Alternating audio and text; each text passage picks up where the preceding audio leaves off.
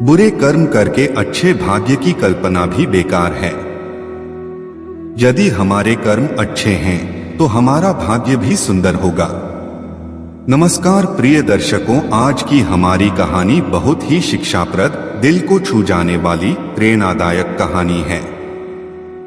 आपसे निवेदन है कि वीडियो को बिना स्किप किए पूरा सुनिएगा। आंखों का तारा अंधी मां को छोड़कर बहू बेटे सैर सपाटे को जाने लगे। तब पोते ने अचानक कहा, पापा आप भी तो अनाथ हैं ना। यह सुनकर बहू बेटे हैरान रह गए।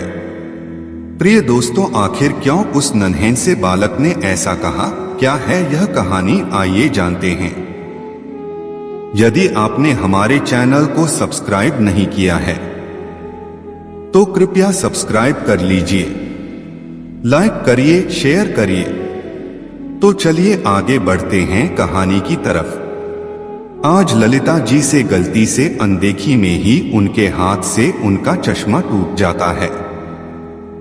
दादी का चश्मा टूट गया कहते हुए उनका पोता सोनू अपना होमवर्क छोड़कर मम्मी को बताने के लिए गया। उसकी मम्मी उस वक्त टीवी देख रही थी। सोनू ने टीवी की तरफ देखा। टीवी में सास बहू का नाटक चल रहा था और मम्मी की आंखों से आंसू बह रहे थे।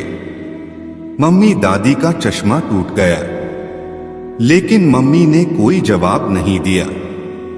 सोनू ने फिर से कहा, मम्मी क्या आपको सुनाई नहीं देता? दादी जी का चश्मा टूट गया है। इस बार सोनू ने जोर से चिल्लाया, टूट गया तो कौन सी आफत आ गई, बन जाएगा नया, अभी मुझे परेशान मत करो। कहते हुए मम्मी वापस टीवी देखने लगी। सोनू सक पका गया। उसकी हिम्मत नहीं कि वह मम्मी से चश्मे के बारे में दोबारा बात करे। वह कमरे से बाहर निकल गया, पर मम्मी इतनी जोर से बोली थी कि दादी तक उसकी आवाज पहुंच गई थी। दादी ने देखा कि सोनू का मुंह लटका हुआ है, उन्हीं की ओर चला आ रहा था। दादी कहते हुए सोनू ने उनको पकड़ लिया। दादी का गला भर गया और उनकी आंखें भर आई। सोनू के हथेली पर 2 बूंद आंसू टपक गए। आप क्या चश्मे के लिए रो रही हो? दादी 8 साल के सोनू को भला क्या समझाती, इसीलिए सोनू के सिर पर हाथ फिरते हुए रूठे गले से बोली, मैं भला क्यों रोने लगी? वो तो कई बार बिना चश्मे के आंखों में पानी आ जाता है। सोनू ने दादी के उदास चेहरे की तरफ देखा तो उसने अपने नन्ही हथेली से चश्मा टूटने के कारण आज आप गीता भी नहीं पढ़ पाएंगी ना, पर आप चिंता मत करो, मैं आपको पढ़कर जरूर सुनाऊंगा। दादी ने सोनू को सीने से लगा लिया और पल भर में ना जाने कितनी आशीर्वाद दे डाली। सोनू ने बिना कुछ कहे टूटा हुआ चश्मा दादी के सिरहाने रख दिया और गीता उठा लिया। तभी वहां पर उसकी मम्मी आ गई। सोनू के हाथ में गीता देखते ही मम्मी गुस्से से बोली, तुम्हारा होमवर्क तो अभी पूरा नहीं हुआ है और तुम गीता लेकर बैठ गए हो। सोनू ने कहा, दादी का चश्मा टूट गया है ना, इसीलिए उन्हें गीता सुनाने जा रहा था। किंतु मम्मी ने गुस्से से आग बबूला होते हुए दादी की तरफ देखा और कहा, सोनू तो बच्चा है, पर आप तो उसे मना कर सकती थी ना कि वह पहले अपनी पढ़ाई पर ध्यान दें और उसके बाद इधर उधर का काम करें। दादी सन्न रह गई। वह फिर किसी अपराधी की तरह सिर झुकाकर बैठ गई। अपनी सफेद साड़ी से आंखें मसलते हुए वह बोली, मुझे तो पता ही नहीं कि उसके हाथ में गीता है। तुम्हें तो पता है ना बहू कि मेरे आंखों में मोतियाबिंद के कारण मुझे दिखाई नहीं देता। अभी 1 महीने बाद डॉक्टर ने बुलाया है इसका ऑपरेशन करने के लिए। मुझे बिना चश्मे के कुछ साफ साफ दिखाई नहीं देता। अपनी सास की बात सुनकर उस बहू ने कहा, चश्मा चश्मा चश्मा पता है। अभी 10 मिनट भी नहीं हुए हैं, चश्मा टूटे और नाक में दम करके रखती हैं। आप अपने मम्मी को ऐसे कहता हुआ देखकर सोनू गुस्से में आ गया और उसने गुस्से से बोला, मम्मी मैं पापा को आपकी सारी शिकायत करूंगा कि आप हर समय दादी पर चिल्लाया करती हो। मम्मी ने सोनू के गाल पर एक तमाचा जड़ दिया और उसके हाथ से गीता छीनकर मेज पर रख दी, तो वह रोता हुआ अपने कमरे में भाग गया और कुछ देर बाद में ही सो गया। शाम को जब वह सोकर उठा तो उसे बाहर के कमरे से पापा के बोलने की आवाज सुनाई दी। वह दौड़ते हुए पापा के पास पहुंचा। पापा ने उसे देखते ही गले से लगा लिया और बोले, देखो मैं तुम्हारे लिए क्या लाया हूं। सोनू ने देखा तो सोफे पर पीले रंग का एक सुंदर सा क्रिकेट बैट रखा हुआ था। सोनू खुशी से उछल पड़ा। बैट को देखते ही सोनू अपना सारा दुख भूल गया और अपने दोस्तों को दिखाने के लिए घर से बाहर निकल गया। दोस्तों के साथ खेलकर जब थोड़ी देर बाद वह लौटा तो मम्मी पापा किसी बात पर हंस रहे थे। मम्मी उसे देखते ही बोली, पता है सोनू, सुनो तुम्हारे पापा हमें घुमाने के लिए तुम्हारी मनपसंद जगह कश्मीर ले जा रहे हैं। कश्मीर का नाम सुनते ही सोनू खुशी के मारे उछल पड़ा, लेकिन एक पल के लिए वह उदास भी हो गया। उसे अपने दादी की चिंता सताने लगी।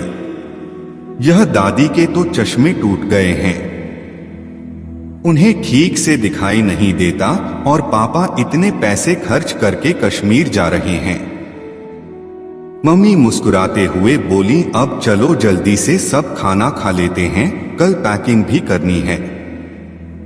हम परसों सुबह ही निकलेंगे। तभी सोनू ने तुरंत अपने से कहा, पापा दादी का चश्मा टूट गया है। यह सुनते ही सोनू के पापा ने कहा, अरे तो तुम्हें मुझे दिन में ही फोन करके बता देना चाहिए था। सोनू की मम्मी की तरफ उन्होंने देखते हुए कहा, लेकिन सोनू की मम्मी बिना कुछ बोले ही किचन में चली गई। सोनू के पापा कुछ सोचते हुए बोले, हम कश्मीर से वापस लौटकर आएंगे तो उनका चश्मा बनवा देंगे। अब अपने पापा की बात सुनकर अब सोनू और भी उदास हो गया और उसने कहा, पर पापा दादी को तो बिना चश्मे के कुछ भी दिखाई नहीं देता है, तो तेरी दादी को कौन सी नौकरी करनी है? 4-5 दिनों की ही तो बात है। मम्मी ने चाय का कप पापा के आगे रखते हुए कहा। सोनू ने आश्चर्य से मम्मी की ओर देखा। उसे विश्वास नहीं हो रहा था कि टीवी सीरियल पर किसी का दुख देखकर घंटों रोने वाली मम्मी को सामने बैठी हुई दादी की परेशानी दिखाई नहीं दे रही है। जब मम्मी पापा खाना खाकर सो गए तो सोनू दादी के पास आकर बोला, दादी सीमा आंटी तो काम करने के लिए दिन में आएंगी और रात में अंधेरे में आपको अकेले में डर तो नहीं लगेगा? दादी ने उसके सिर पर हाथ फेरते हुए बोला, बेटा क्या अंधेरा, क्या उजाला, मुझे तो सब कुछ बहुत ही धुंधला नजर आता है। तो क्या दिन और क्या रात? दादी की बात सुनकर सोनू से कुछ नहीं कहा गया और वह उनके पैर छूकर सोने चला गया। अगली सुबह जब उसके पापा उसके साथ बैठे थे तो पापा बोले, सोनू इस बार तुम्हारे जन्मदिन पर हम सब अनाथालय चलेंगे और वहां रहने वाले बच्चों को फल और मिठाई बांटेंगे। सोनू ने कहा, पापा अनाथालय क्या होता है?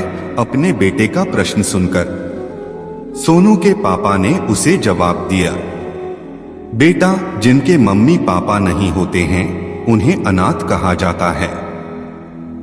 अपने पापा की बातों को सुनकर सोनू बड़ा आश्चर्य में पड़ जाता है और एकटक अपने पापा की तरफ देखने लगता है। पापा ने पूछा, क्या बात है सोनू, तुम ऐसे क्यों देख रहे हो? पापा फिर तो आप भी अनाथ है। अपने बेटे की बातों को सुनकर दोनों दंपति सोनू के मम्मी पापा हैरान रह गए। यह इतने छोटे से बच्चे की मुख से ऐसी बातें कैसे निकली? उसके पापा ने उसे झकझोरते हुए कहा, सुनो तुम ऐसे क्यों बोल रहा है? तुमसे कौन कहा कि मैं अनाथ हूँ? पापा, आपको याद है उस दिन जिस दिन दादी की आंखों में तकलीफ था, उस दिन आप मुझे लेकर और मेरी दादी के साथ अस्पताल में गए थे और दादी के आंखों का चेकअप करवा रहे थे। वहीं पर मैंने दादी के एक दोस्त को देखा। दादी उनसे बात कर रही थी। दादी के बातों को मैंने सुना। अपने बेटे की बात सुनकर सोनू के पिता ने कहा, दादी ने क्या कहा? सोनू ने कहा, पापा, दादी ने तो कुछ नहीं कहा, लेकिन दादी की दोस्त कह रही थी, ललिता, दीपक तुम्हारा बेटा नहीं है, फिर भी अपनों से भी बढ़कर तुम्हें प्रेम करता है।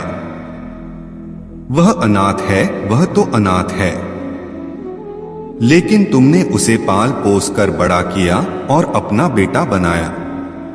यह सब बातें उसकी मम्मी सुन रही थी। मम्मी बीच में आते हुए बोली, देखता नहीं है कि तेरी दादी ही तो तेरे पापा की मम्मी है, तो पापा अनाथ कैसे हुए? सोनू बोला, अगर दादी पापा की होती तो पापा कभी भी उन्हें इतने बड़े घर में अकेला छोड़कर नहीं जाते और उनका चश्मा भी बनवा देते, जबकि आप सबको पता है कि दादी को बिना चश्मे के कुछ भी नहीं दिखाई देता। तो उन्हें अकेला छोड़कर हम सब सैर सपाटे के लिए कश्मीर क्यों जा रहे हैं? अपने बेटे की बात सुनकर सूरज की आंखों में आंसू आ जाते हैं। सहसा उसे सारी बातें याद आ जाती हैं। वह तो भूल ही चुका था कि वह किसी बूढ़ी मां के रहमो करम पर पला बढ़ा है। वह तुरंत बिना कुछ कहे अपने मां के टूटे हुए चश्मे को उठाता है और दौड़ता हुआ चश्मा घर पहुंच जाता है। चश्मा बनवा कर लेकर आता है और सोने से कहता है, सुनो, यह देखो तुम्हारी दादी के चश्मे तैयार हैं, चलो हम तुम्हारी दादी को चश्मे देते हैं। सोनू अपने पापा के साथ चश्मा लेकर दादी के पास पहुंचता है। सोनू के पापा ने अपनी मां को बड़े प्यार से चश्मा पहनाया और उनके पैरों को छुआ और कहा, मां, मुझे माफ कर दो, भले ही तुमने मुझे जन्म नहीं दिया, लेकिन तुम मेरे लिए भगवान से भी बढ़कर हो। एक अनाथ को पाल पोस कर तुमने बड़ा किया और मैं भूल गया था कि तुम्हारे ही रहमो कर्म पर मैं आज इस योग बन पाया हूं, नहीं तो मेरी औकात ही क्या थी। मेरे बेटे ने आज मेरी आंखें खोल दी, मुझे मेरा वास्तविक चेहरा दिखाया। दरअसल ललिता जी का बहुत पहले एक्सीडेंट हो गया था। उस वक्त सिर्फ उनकी शादी हुई थी, बच्चे नहीं थे। तो इस दुर्घटना के बाद उनकी बच्चेदानी खराब हो गई थी। इस कारण वह अब मां नहीं बन सकती थी।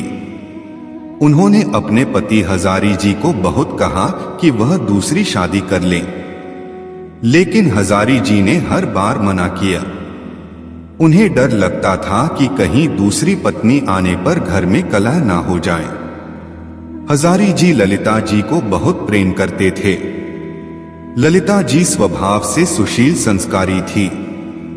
हजारी जी के माता पिता की खूब सेवा करती थी, पूरे घर को बखूबी संभाल रखा था। उन्होंने यही सब सोचकर हजारी जी दूसरी शादी को राजी नहीं हुए।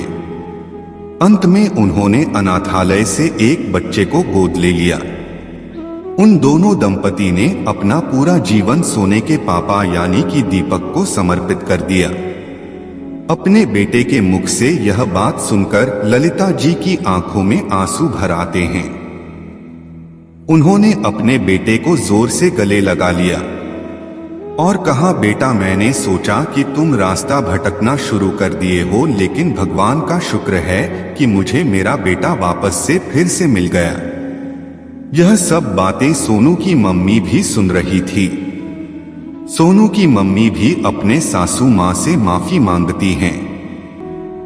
प्रिय दोस्तों, इस कहानी में हमें यही सीख मिलती है कि कभी कभी अपने किए गए एहसान को जताना भी जरूरी होता है, दूसरों की तो छोड़िए। कभी कभी अपने ही बच्चे अपने माता पिता द्वारा किए गए त्याग को नहीं समझते, जानते हुए भी उसे नजरअंदाज करते हैं, भूल जाते हैं। तो माँ बाप को उसके बारे में बताना कहना जरूरी होता है। समय रहते अपने अधिकारों और अपनी महत्ता को बताना जरूरी होता है। प्रिय दर्शकों, उम्मीद करते हैं कि यह कहानी आपको बहुत पसंद आई होगी। अगर आपको यह कहानी पसंद आई है तो आप हमारे वीडियो को एक लाइक अवश्य करिएगा और आपका कमेंट पढ़ना हमें बहुत अच्छा लगता है, इसलिए आप अपनी राय कमेंट में जरूर लिखिएगा कि आपको यह कहानी कैसी लगी। आपका जीवन मंगलमय हो, इसी कामना के साथ आपसे विदा लेते हैं। मिलते हैं नेक्स्ट वीडियो में। आपका बहुत बहुत धन्यवाद।